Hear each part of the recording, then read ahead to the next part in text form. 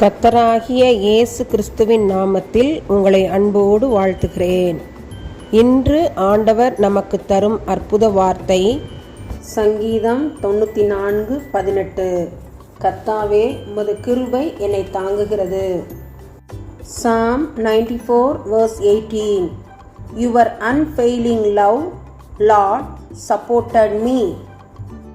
அன்பார்ந்த சகோதர சகோதரிகளே, பிறர் நம்மை ஏற்றுக்கொள்ளாத சூழ்நிலையிலே, துக்கமான வேளையிலே, பிறர் நம்மை புறக்கணித்த நிலையிலே கர்த்தருடைய கிருபை நம்மை தாங்கி வழிநடத்தியதை உணர்ந்திருக்கிறீர்களா?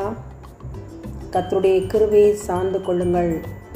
நாம் நிர்மூலமாகாமல் காணப்படுவது ஆண்டவருடைய சுத்த கிருபை என்பதை உணர்ந்து உள்ளத்தின் ஆழத்திலிருந்து ஆண்டவருக்கு நன்றி பலிகளை, ஸ்தோத்திர பலிகளை, துதி பலிகளை ஏறெடுங்கள். கர்த்தருடைய கிருபை நம்மை எப்பொழுதும் தாங்குகிறது. ஆமேன், ஆமேன்.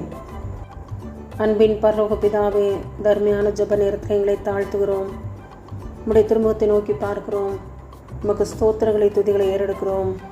குழந்தை செல்வங்களுக்காக ஏங்கி காத்திருக்கிற அருமையான பிள்ளைகளுக்காக பாரத்துடன் ஜெபிக்கிறோம் ஐயா.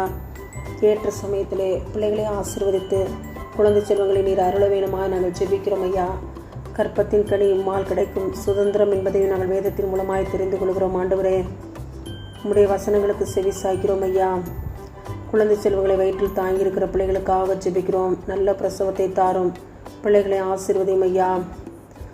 சந்ததியாய் பிள்ளைகள் ஆசீர்வதிக்கப்பட கிருபை செய்யுங்க. தடையாயிருக்கிற எல்லா காரியங்களையும் அகற்றி போடுங்க. பிசாசுடைய வல்லமைகள் யாவும் கட்டப்படும்படி உம்முடைய சமூகத்தில் ஒப்பு கொடுத்து ஜெபிக்கிறோம். பிள்ளைகளை ஆசீர்வதியும். குழந்தை செல்வங்களை ஏற்ற சமயத்திலே தந்து நீர் பிள்ளைகளை ஆசீர்வதிக்க வேணுமாய், நீர் குடும்பங்களை பொறுப்படுத்திக் கொள்ள வேணுமாய் ஜெபிக்கிறோம். இயேசுவின் மூலமாய் எங்கள் ஜெபங்களை ஏறெடுக்கிறோம். நல்ல பிதாவே, ஆமன், ஆமன்.